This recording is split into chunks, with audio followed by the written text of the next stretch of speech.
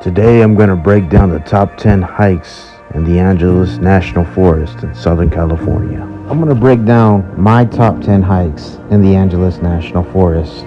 Keep in mind there are over 200 trails in the Angeles National Forest with over 550 miles worth of hiking.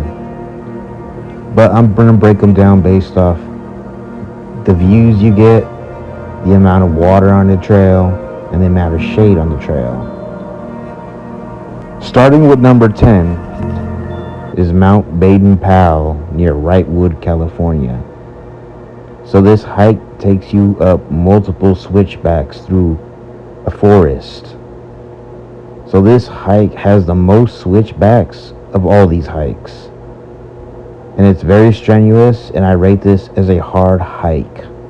While it is a difficult hike, it is a very rewarding hike because you are summiting a peak that's over 9,000 feet. And you do get plenty of shade on this hike, so that's a plus.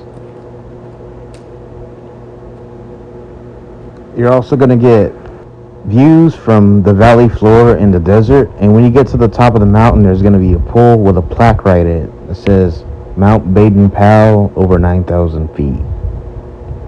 So that's number 10 on the list. Now, number 9, Mount Lowe and the Real Railway Trail.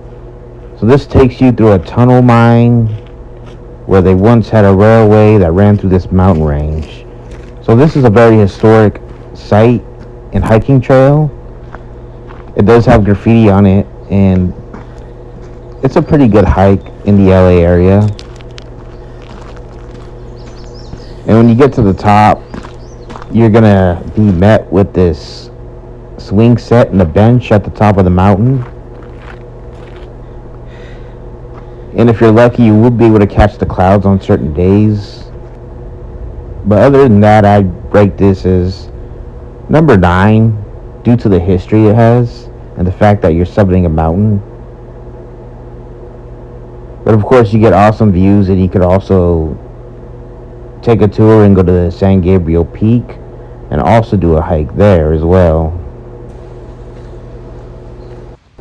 Number 8, Millard Falls. So this is a short hike near Pasadena. You're going to walk around the San Gabriel Mountains from a road service road to a dirt path, crossing creeks along the way. So this is a really good short family hike, especially if you don't want to do something crazy or intense.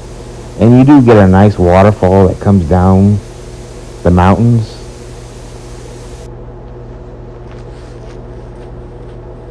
Number 7, Devil's Gulch. So this is another good trail, and this trail actually has the same trail that takes you to the Bridge to Nowhere. And on the way through the trail, you're going to be able to see, if you're lucky, seasonal waterfalls coming down the San Gabriels. So this hike isn't strenuous per se, but what will get you on this hike is the river crossings. And when you do this hike, you're going to walk near this brick wall with graffiti on it. And then once you go through all that river crossing and bushwhacking, you're going to be met with this waterfall that's called the Devil's Gulch, and it's a very beautiful waterfall. Number 6, Trail Canyon Falls. So this hike is 5 miles round trip near Sunland, California, and you do get a lot of great views on it, and you will cross a bunch of creeks and do a little rock climbing, but you will be met with this nice, amazing waterfall coming down the mountain. So you get views, you get water on this hike, you get a little bit of everything, which is pretty cool. Number 5, Josephine Peak via Colby Canyon. So this hike is really nice because you wind your way down the mountain, and you do get some water on this hike, which is one of the things I look for when I'm doing a nice hike. A lot of creek crossings, you do go up some mountains, and if you're lucky, you will spot some seasonal waterfalls along the way to the summit. And this is a pretty good hike to do, especially if you want to hit 2 peaks in one shot, because there's a turn off, it'll take you Strawberry. But when you get to the top of the mountain, you're going to see this little board, and it's going to have rocks in it. It's going to have just different things that hikers put into the box. Number 4, Mount Baldy. So this hike is pretty cool because you get to witness the San Antonio Falls on the way up to the mountain. And out of all the hikes on this list, this is by far the most difficult of all the hikes on this list. It's the most strenuous as well. But one of the amazing things about this hike is you get a little bit of everything. You get views, you get water, you get a little bit of history, as you got this nice little ski hut right here up the mountain. And of course, you do get a lot of pines up the trail, which is pretty neat. When you're hiking this mountain, you could actually see the 3 T's and Cucamonga Peak from a distance. And when you reach the top of the summit, you will see those gallons of water or gas or whatever it was there. Number 3, Switzer Falls. So this hike right here is a really beautiful hike. You make your way through the Arroyo Seco Creek. You cross a bridge, and when you get through that bridge, you'll be met with this nice paved path through a forest. So this trail will get really packed on the weekends. It's a lot of people from LA and Southern California will come down here and do this hike.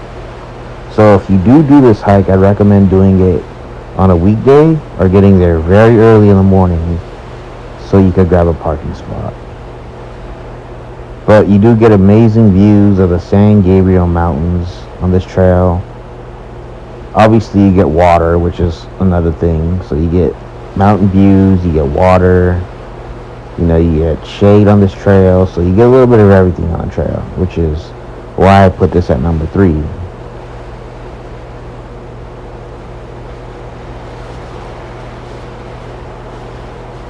And when you make your way down the trail, you're going to be met back on the canyon. And this trail is very shady.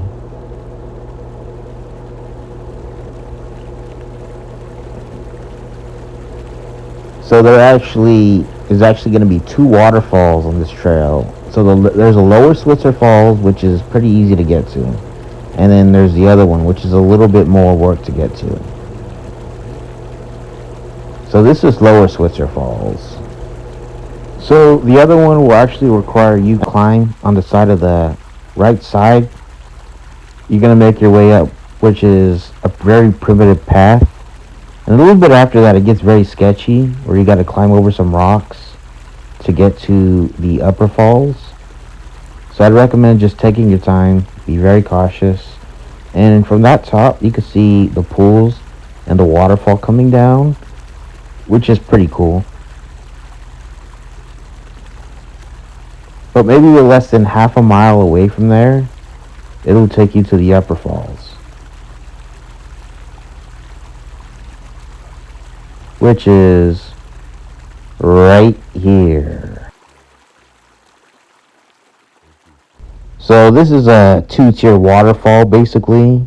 So yep, that's number 3. Number 2 on the list is Slag Mountain Lookout Tower. So this hike starts near Santa Clarita, California, and it's a challenging hike. It's about 10 miles round trip, and it'll take you up a road service road and then up a dirt path. But this trail has amazing views, which is why I put it at number 2.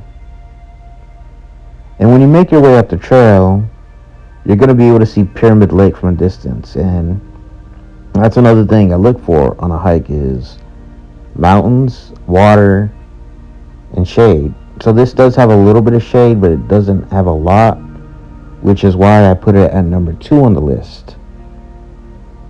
So this is a really cool hike. You get amazing views of the San Gabriels, and this particular hike actually borders the Los Padres National Forest on the other side of the mountain range.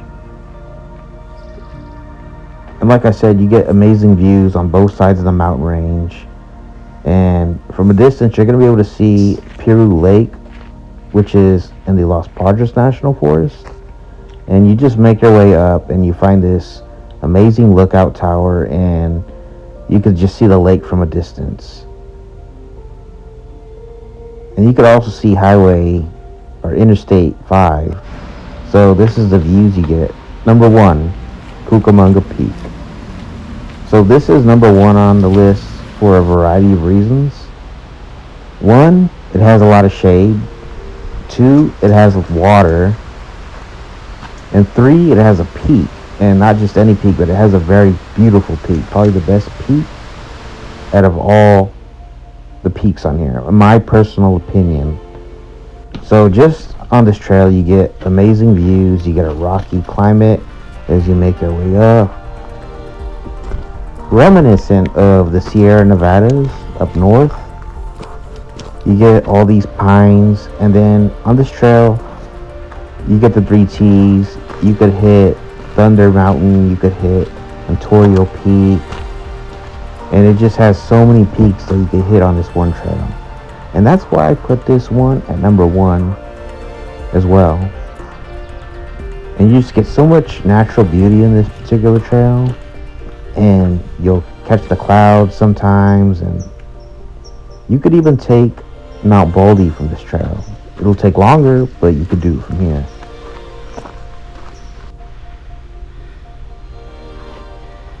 And of course, the whole way, you're going to get a lot of just signs. And like I said, on this trail, you could hit Ontario Peak right here, which is what I did before. And then, of course, like I said, number 1 on the list is Cucamonga Peak, which 50% of the trail is the same. You just make a right instead of a left. But when you make your way up to Cucamonga Peak, you get amazing views. You get these clouds, you get all the mountains.